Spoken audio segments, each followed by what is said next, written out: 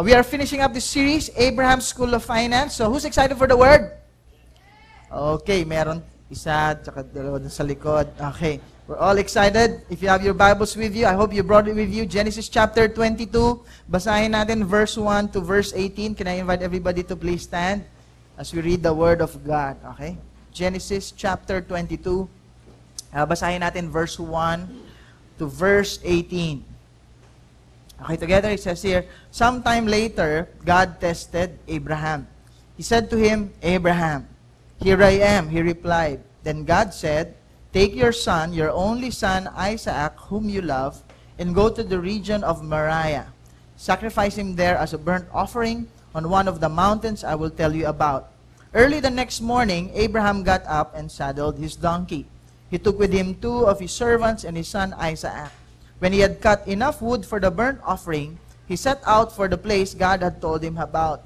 On the 3rd day, Abraham looked up and saw the place in the distance. He said to his servants, stay here with the donkey while I and the boy go over there.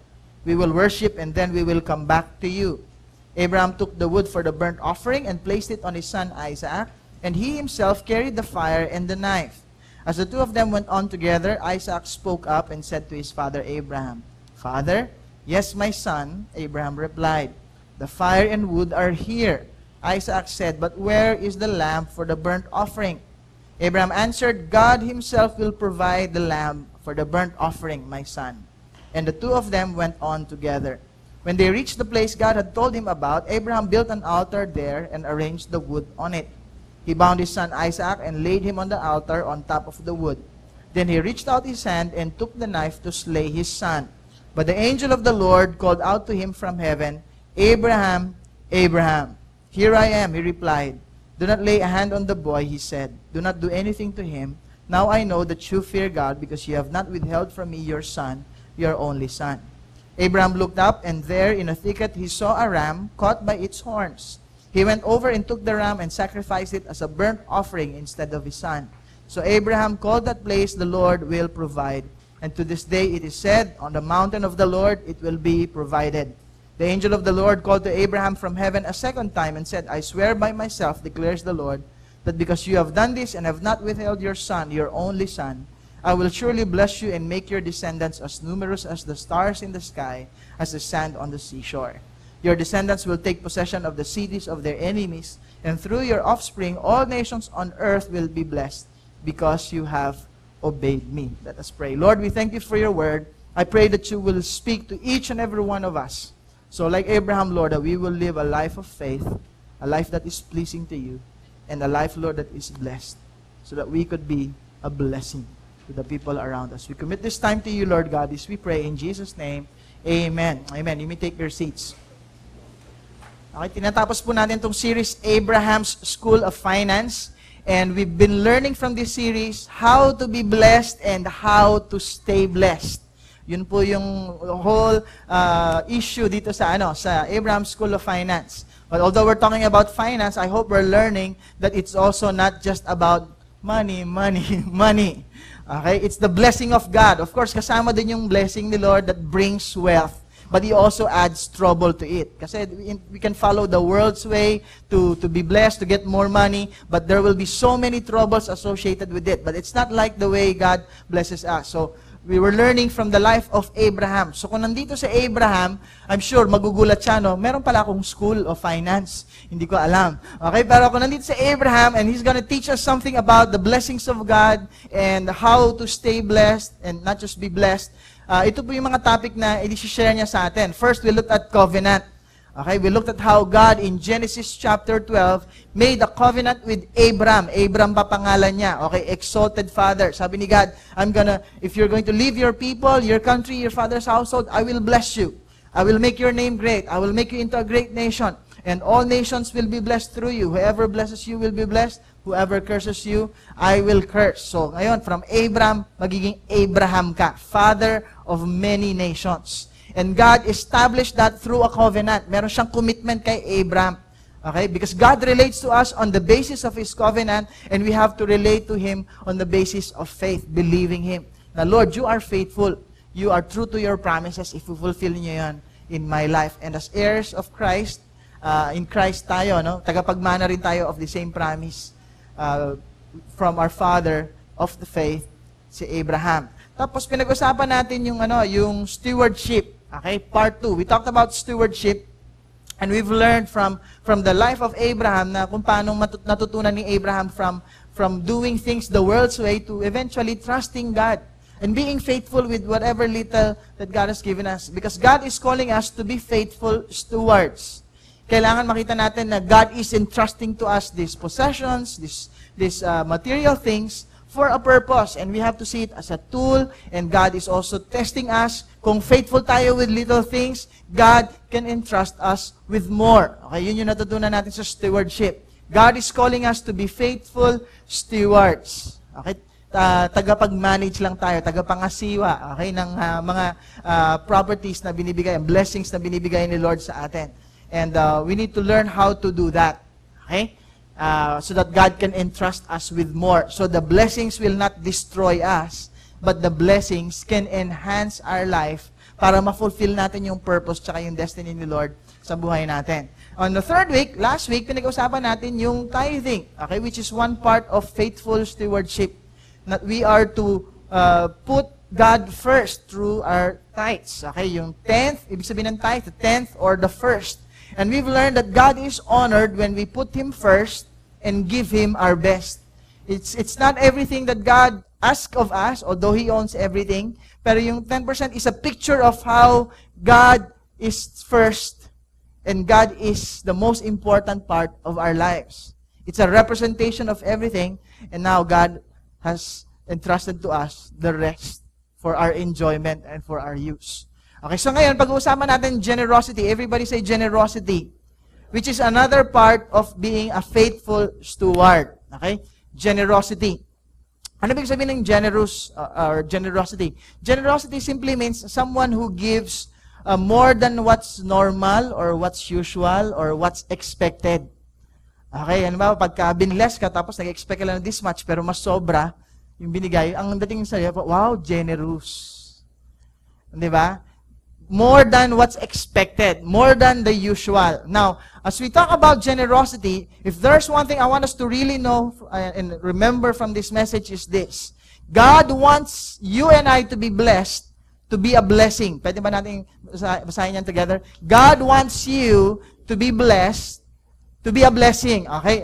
Tap your seatmate. Sabihin mo, God wants you blessed to be a blessing. Parang hindi kayo convinced, no? Sabi niyo yung kabila, sabihin niyo, God wants me blessed to be a blessing. Okay, i-explain ko yan more. But before I explain, let me just say this muna to this church, no? As we talk about generosity. And if you're here for the very first time, hindi naman kami usually nag-series on finance, ano? But I just want to tell you that this church is a generous church. This church is a generous church. In the past, since we started, this church have been existing by the grace of God and also by the goodness of the people who are a part of this church. Generous yung mga tao dito sa church. Sobrang generous, mahahawa kayo if you stay here long. Okay, ganun ka-generous tong church na to. In fact, I can recall back, as far as the 13 years I could remember here, we've never really had an offering where we presented all the needs of the church and we've asked for a second pass of the envelopes or second pass of the offering bags. We've never done that. Okay, we just taught the principle of giving and then just let people obey on the basis of the Word of God, not because of a need. There are a lot of needs, but we give because we are obedient to God's Word, not because there's a need out there. Okay? Our vision is so much bigger than what we can handle right now. Pero we're just trusting that God's principle is the best and God blesses us as we do that. Kaya nga sa history ng church, I can recall very specific moments of how generosity is displayed by this church. Not only in our giving and support of church plants or missionaries or other stuff that we're doing.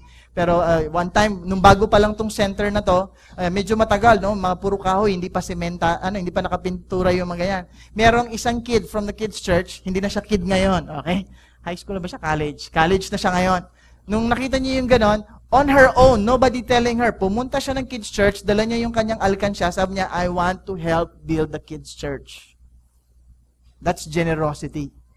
Okay? We've even had people who gave cheerfully, faithfully, anonymously. Somebody even approached us and, Pastor, I just want to give this kasi I don't know. I wanted to buy a vehicle for the church. I'll just give you this money. I hope you'll have a vehicle para matransport natin yung magamit and all. Kaya meron tayong L300 na nakikita niyo sa baba.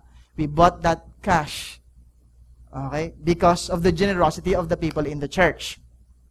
Meron din mga tao, we don't have a building project yet. Who among you believe na, na-outgrow na natin tong place na to? We have 3 services, dumadami pa, especially sa morning. But we've had people come to us and say, Pastor, alam ko wala pa tayong building project, wala pa kayong pinapresent na proposal and all, pero alam ko mahirap din tayo magkaroon ng building project kung wala tayong lupa. So I want to give seed money for our property. And people gave that cheerfully, okay, anonymously. This church is a generous church.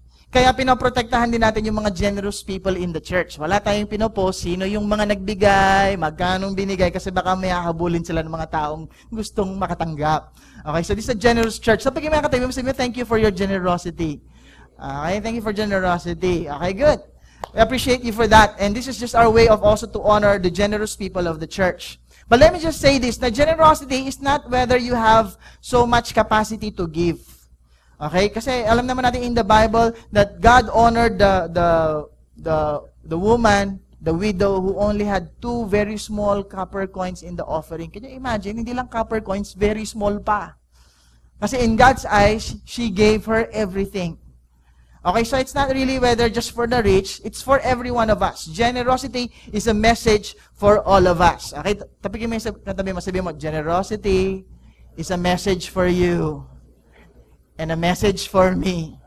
Okay, para sa ating lahat tong generosity message na to. It could be generosity with our time, generosity with our talents, with our abilities, with our strengths, or generosities with our material things. Okay? Yun yung pag-uusapan natin. God wants you blessed to be a blessing. Kung you believe God wants you blessed.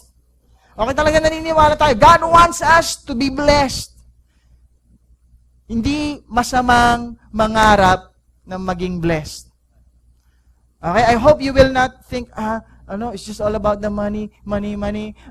Parang nakakakonsensya kasi, di ba, sabi sa Bible, for the love of money is the root of all evil. So, pero pag naririnig mo yung, I wanna be a billionaire, parang, para sa kanila lang yun. Hindi ganon. Okay? God wants us to be blessed.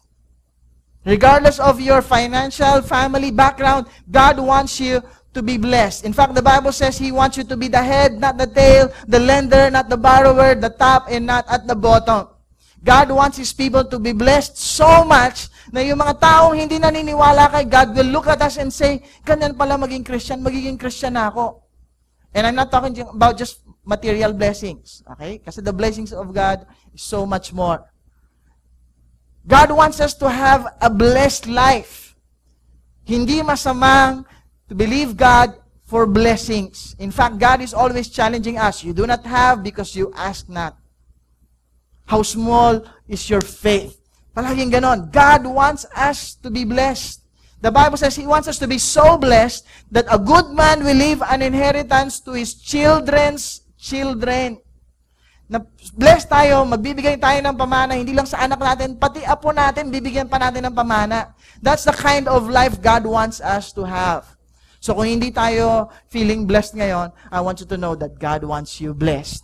Look, tingnan mo yung katabi mo, titigan mo, mata sa mata. Okay, sabihin mo, with all conviction, God wants you blessed. Okay, God wants us to be blessed. Dapat settled na yun sa atin. Alam ko, marami naman sa ating nag-a-accept. No? Yeah, I want to be blessed. I believe God wants you to be blessed. Wow, praise God, thank God. Ito ngayon yung challenge. To be a blessing.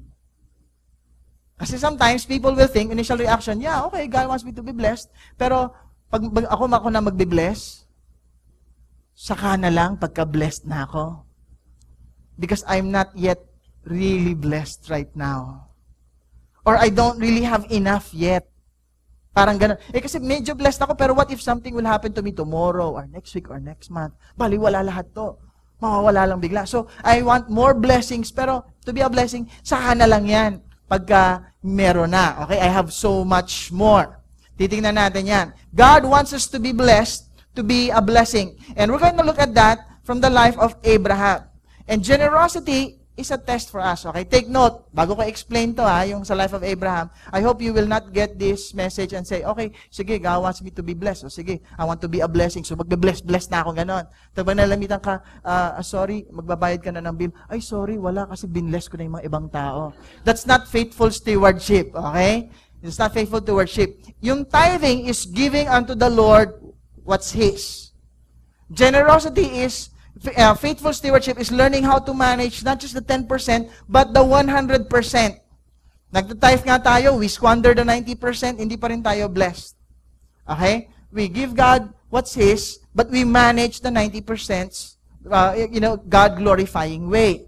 Okay? Now, generosity is knowing that it's meant for you, and yet you still are willing to give it away sacrificially. Parang sa life ni Abraham. I want to explain it 4 ways. Okay? First, generosity is a love test. Everybody say love. Generosity is a love test. Kasi eto si Abraham, binless siya ni Lord. No? Pinamis ni Lord, magkakaanak ka. I'm going to make you an exalted, hindi lang exalted father of many nations. Ito na, after all miracles, imagine 100 years old, nagkaroon na siya ng anak. Asawa niya, 90 years old. Postmenopausal of the postmenopausal pa.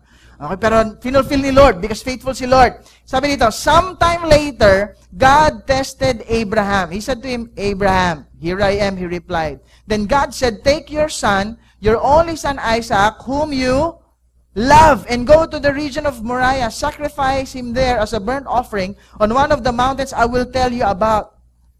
The Bible says, sometime later, God tested Abraham. God wants us to be blessed, but I want you to know, sometime later, and some of you probably at this point, God is going to test you. If you are ready to be a blessing with the blessings that He has already given you. Pero ito yung hiningi ni Lord. Abraham, bring your son, your only son, whom you love. Sinabi pa niya, no? Tapos ibigay mo as a burnt offering on that mountain. Kung tayo siguro si Abraham ngayon, sabihin, Lord, teka muna, nagbigay na ako ng 10th ko. Ibibigay mo pa sa akin yung kaisa-isa kong anak, my one and only son, whom I love. You know, generosity is not when you give something that you could just easily give away and dispose of because you don't want it and you don't need it. Generosity is when you start giving something that is dear to you. Something that you love. Generosity is a love issue. It's a love test. Here, God was testing Abraham. Abraham, who do you love more? The blessings or the blessor? What do you love more? The promises of God or the promise giver and the promise keeper? Abraham, yes, I know you love your son, but it will be tested. Do you love God more?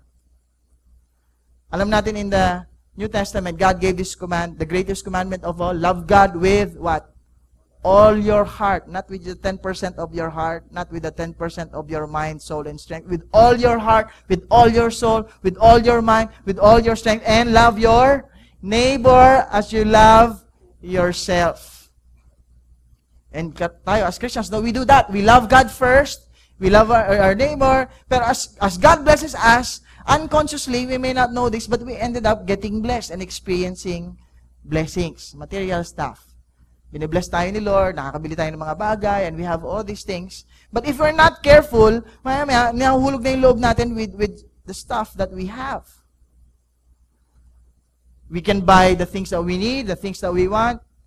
Pero who among you here knows that also the world wants you to buy stuff, even the things that you don't need? But the world will want you to think that you want it and you need it. So you end up having so much stuff. And if you love this stuff, mahirap siya i-give away. Question, ilan sa mga damit natin sa cabinet, matagal nang nandun, pero years na hindi mo pa nagamit? It's just there. Hindi natin sinasadya, but we end up accumulating so many stuff. Things that we don't really need and things that we want. But now, the question is, might be things that you love and the things that are dear to you, but God will challenge you, I want you to give that away because there's someone who needs that. I want you to give that away. You know, generosity is one way na we check what's in our heart, whether we really love God or love our neighbors more than we love ourselves, more than we love stuff, more than we love things. Generosity is a love test. How do you know that? Look at every person who's courting a girl. Generous. Di ba? Generous sa time. Kahit mag-antay buong araw, hindi na iinip. Generous with words. Okay lang, very gracious and kind and loving. Cute mo, ganda-ganda mo. Di ba? Generous with material stuff. Anong gusto mong kainin? Order ka lang. Bahala.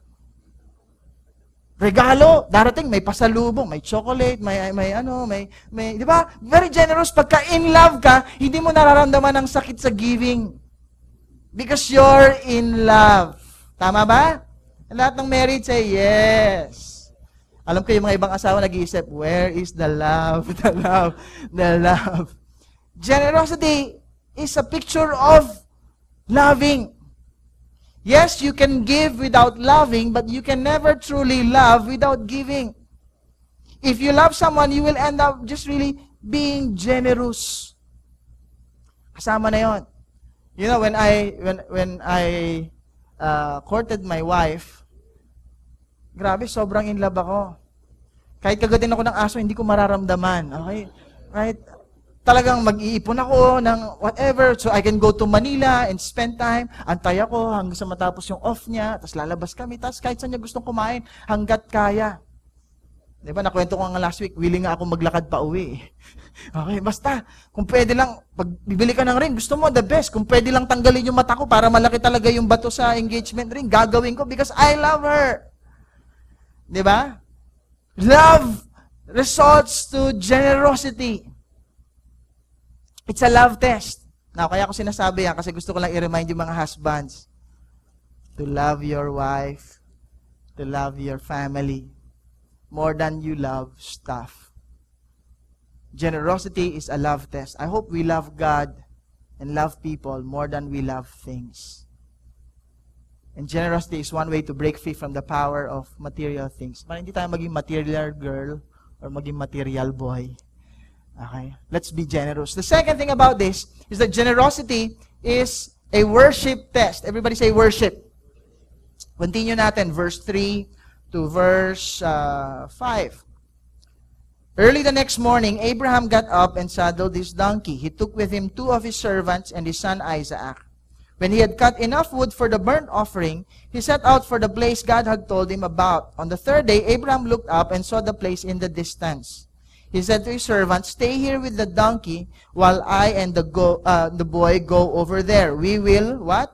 "Worship, and then we will come back to you." So sabi ni Lord, take your son, your only son, bring him to that mountain.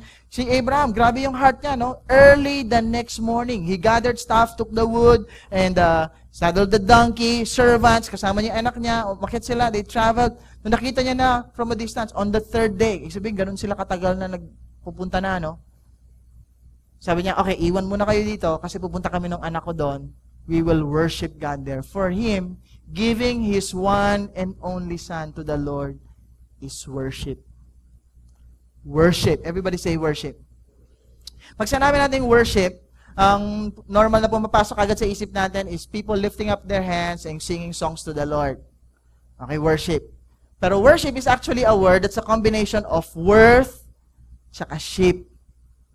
Worth, ship. Okay?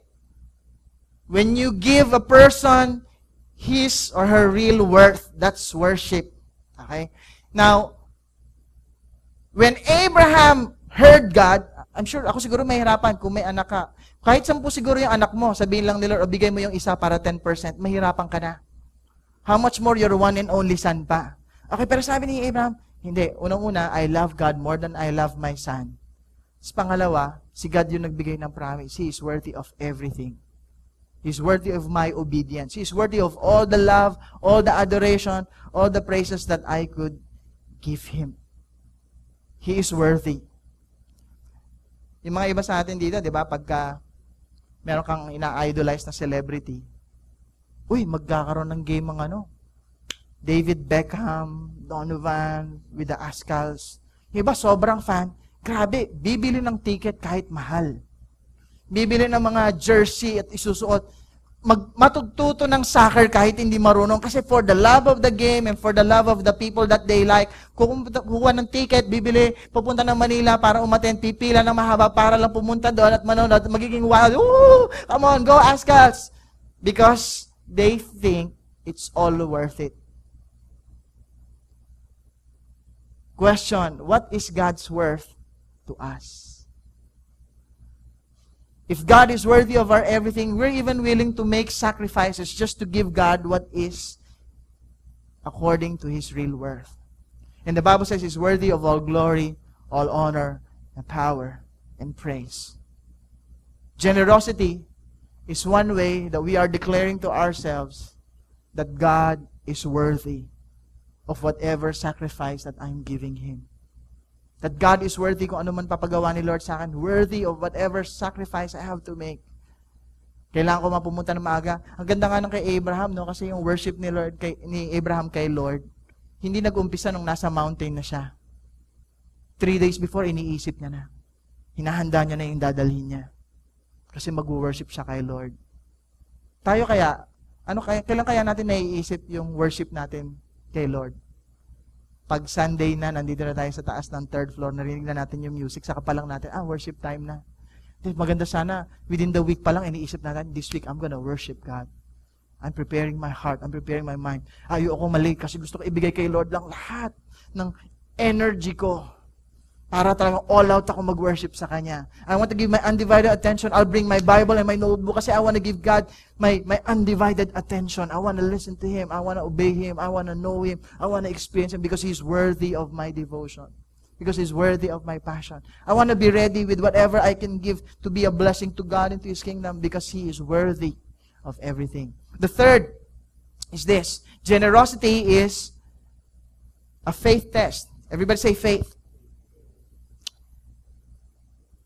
Let's read. Let's continue on. Abraham, in verse 6, Abraham took the wood for the burnt offering and placed it on his son Isaac. And he himself carried the fire and the knife. As the two of them went on together, Isaac spoke up and said to his father Abraham, Father? Yes, my son, Abraham replied. The fire and the wood are here, Isaac said. But where is the lamb for the burnt offering? Abraham answered, ano yung answer ni Abraham, everybody? God Himself will provide the lamb for the burnt offering, my son. And the two of them went on together. Siguro ang hirap ng dilema ni Abraham, no? Dinadala niya na yung anak niya. Obedient siya, early. Sige, punta na. 3 days na sila. Sige, worship pa rin, tuloy pa rin. O, iwan na kayo dito, aakyat na kami. Diba? Kung ako siguro yun, baka umpisa pa lang, Lord, ikaw ba yan? Ba't may papa-offer yung anak ko? Siguro mag-o-obey ka, pero pag naglalakad ka na, 1 day, 2nd day, 3rd day, baka nagkamali lang ako ng dinig, baba tayo uli. Pero si Abraham, tuloy-tuloy siya, talagang akit siya. Tapos sabi niya, iwan na. Ang sakit pa siguro na sinabi nung anak ko, sabi niya, Dad, may wood tayo, may fire, pero nasa ng animal? But Abraham spoke in faith. Sabi niya, God Himself will provide. Generous people, they give, but they give out of faith. Naniniwala sila that God will provide. It's okay to let go of these things to meet somebody else's need because I know God will meet my needs. Jehovah Jireh. That's what the Bible says. One of the names of God that means the Lord who will provide. They give in faith. They believe in the power of the seed. Na pagka binigay ko to, actually, mamamatay man tong seed na to kasi hindi ko na magagawa yung gusto ko dito. Hindi ko na siya pwedeng isaing, hindi ko na siya pwedeng kainin. But I'm gonna sow it on the ground. And they believe that they're gonna reap someday. May faith. You know, they don't just believe and they count ilang seeds ba meron sa apple tree. But they see how many apples are there in one seed. So when they give, they believe in the principle of sowing and reaping. Kaya hindi mabigat sa kanila magbigay. They can be generous, cheerful, and faithful kasi alam nila, this is an investment, not an expense. When I sow, I will reap one day. And we're going to be blessed. I'm so blessed that I got married to my wife, si Raya. Sabi ko nga, nung kinasal kami, nung nag-I do siya, talagang naka-jackpot ako. Yung misis ko, consolation prize lang. Okay, but my wife is a very generous woman. And approve ko yan nung naging engaged na kami because somebody blessed us. Sabi niya, okay, ito, I want this to be a blessing for you for your wedding. So can you imagine na 11 months bago kami ikasal. And when I proposed to her, talagang walang-wala. So talagang, wow, ito na, meron na kaming starting fund for our wedding. Pero alam mo, yung blessing na yun, hindi tumagal sa amin ng ilang linggo. Kasi my wife said, I think it's not for us. Ganun yung mga generous people eh. When they receive a blessing, Lord, para sa amin ba to? O conduit lang kami to be a blessing. And ganyan yung sabi ni Raya, my fiancé, my spouse that time. Okay, sabi niya, sige, para kanina yan, tingnan mo. Meron tayong friend na ikakasal before us. Why don't we sow it? So sabi ko, okay, sige, sow natin by faith that God will provide. Hindi ko na sabihin yung amount and the whole story. I can tell you the details on a personal note na lang. But we gave it away cheerfully. But when we counted after our wedding, kung lahat ng mga nagastos, we never told people how much we needed, what are the things that we still lack. When we computed, alam mo, God added 2 zeros. And that included a 10-day honeymoon sa Thailand. God is a great provider. Amen? It's a faith test. Of course, I'm not saying that you do it kasi, gayahin ko nga yung sinabi ni Pastor Richie. No, it's faith out of what God has spoken to you. Okay, which leads us to the fourth. The fourth thing is that generosity is an obedience test. Everybody say obedience. Let's continue on. Sabi dito, verse 9, when they reached the place God had told him about, Abraham built an altar there and arranged the wood on it. He bound his son Isaac and laid him on the altar on top of the wood. Then he reached out his hand and took the knife to slay his son. But the angel of the Lord called out to him from heaven, Abraham, Abraham. Here I am, he replied. Do not lay a hand on the boy, he said. Do not do anything to him. Now I know that you fear God because you have not withheld from me your son, your only son. Abraham looked up, and there in a thicket he saw a ram caught by its horns. He went over and took the ram and sacrificed it as a burnt offering instead of his son. So Abraham called that place, the Lord will provide. And to this day it is said, on the mountain of the Lord it will be provided. The angel of the Lord called to Abraham from heaven a second time and said, I swear by myself, declares the Lord, that because you have done this and have not withheld your son, your only son, I will surely bless you and make your descendants as numerous as the stars in the sky and as the sand on the seashore. Your descendants will take possession of the cities of their enemies, and through your offspring all nations on earth will be blessed because you have obeyed me. God tested Abraham. Abraham, take your son, whom you love, offer it on that mountain. Sabi ni Abraham, Lord, I love you more than my son, because you said so. Okay, he went there. We're going to worship you, Lord. It's a worship test. Early morning, gathered na siya. On the third day, still pursuing God, obeying God. And he is in faith. The Lord will provide. The Lord will provide. I hope it will not reach that I have to really give my son away. Pero, sige Lord, I know you're going to provide a son if you have to do it again. You can do miracles. And pagdating niya doon, eto na, nung i-offer niya na, he was so obedient to God, God had to command an angel to appear to him just to stop him. Kasi sobrang set siya to obey God. Pero minsan tayo, nagustuhan sigurado, Lord, ikaw ba talaga? Can you please send an angel para malaman ko muna kung totoo?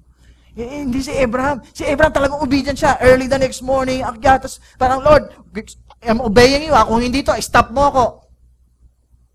Di ba? He was obedient to God, and because God saw his heart, God blessed him. And when he was stopped, when he looked up, doon niya nakita, uy, meron na palang ram doon. Caught in a thicket. Yung horns ng ram pabilog, hindi siya tulad ng deer na tusok-tusok, pero nakatrap na yun sa thick bush. Okay? Ibig sabihin, yung ram, nandun na nag-aantay. Si Abraham, tsaka yung anak niya, paakyat pa lang ng this side of the mountain, hindi niya alam, days before, nandun na pala yung ram, umakyat doon, at naiwan doon, nag-aantay na lang, mag-obey kaya si Abraham o hindi.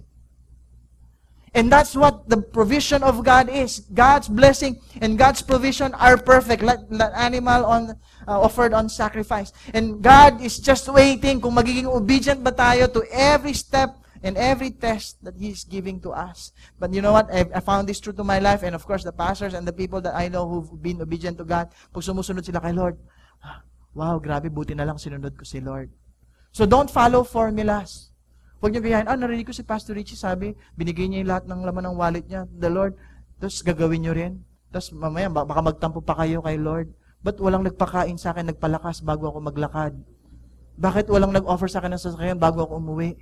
Bakit walang nag-bless sa akin ng honeymoon ko, package ko? Don't do it because you saw somebody else do it. You do things because you are just obedient to what God is telling you. Your test is different from my test. And I know that the test that God gave Abraham is not the test He's gonna give us today. Wala sa ating i-ask ni Lord, ialay mo yung anak mo as a sacrifice. But God will test us. You know, tithe is actually a word that says this, okay, in Hebrew. Okay, can we just post that Hebrew word for tithe? Okay, composed of these characters, the waters, nations, to see, consume, destroy, the first or highest person. It's a picture of how we offer the first, the best. But it is also a picture that the nations will see the destruction of the highest person or the first in the Lord Jesus Christ. That on the mountain of the Lord it will be provided. Some Bible scholars say on the same mountain, that's where the one and only Son, the only begotten Son of the Father was offered. And the nations saw His destruction. Because Jesus took our curse. So now we could be blessed. And with that offering of the Father, now we are blessed. We can be generous because God is generous. Why would the Heavenly Father leave heaven to come down here on earth and to die like the worst criminal? Because God loved you and I more than He loved the streets of gold of heaven without you.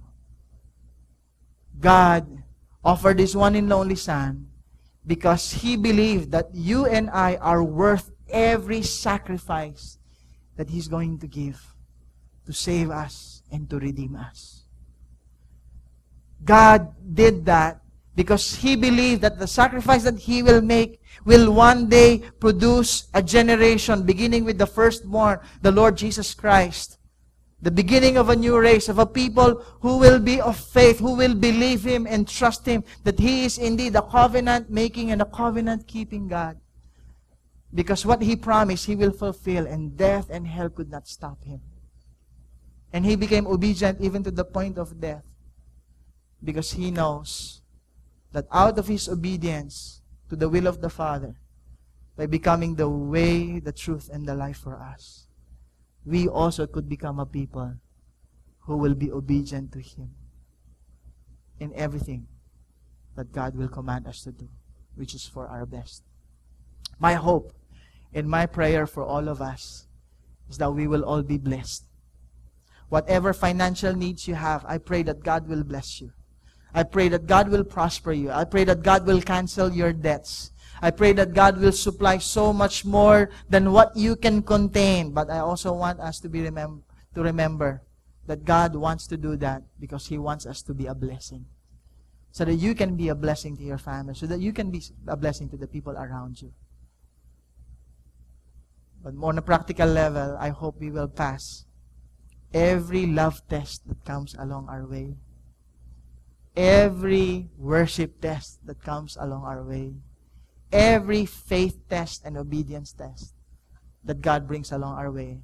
And we pass it with flying colors like Abraham. And that we will see more of God's blessing. Because we are found faithful with every blessing that God has given us. Can we just bow our heads and close our eyes as we pray? Lord Jesus, we thank You for who You are and for all that You've done. Thank You, God, that You're a God who desires to bless us. to make our name great, to make us into a great nation. That whoever blesses us will be blessed, and whoever curses us will be cursed, and nations even, Lord, will be blessed through us. Lord, you've made that covenant with Abraham, and you have fulfilled that covenant through Christ. And I pray, Lord, that that will be a reality for each and every one of us. And I pray, Lord, that we will be faithful stewards of whatever blessings you have entrusted to us. To always put you first in everything, Lord God, that we do. And to manage the blessings well, so that we could be a blessing and be entrusted with more blessings, so that we could live for your glory and for your honor. Lord, you are the most important blessing that we could ever have. We don't deserve the life that you have given us. We don't deserve your grace, your mercy. And yet, Lord, you still treat us beyond what is normal, beyond what is just appropriate, Lord, because you're a generous God, a gracious God, a loving and a merciful God. And we thank you, God, for that. Lord, forgive us, Lord, for not giving you our all. Today, God, we want to love you with all of our heart, with all of our mind, with all of our soul, with all of our strength. Can we just do this? Can we just stand right now? Can we just lift up our hands, both of our hands to the Lord as a sign of surrender? Let's surrender to Him our everything, our lives, also our problems and our concerns, finances, or whatever area, or even worries or fears of the future. Let's just surrender it all to God, and let's believe that God knows what's best for us, and He desires to bless us with what's best.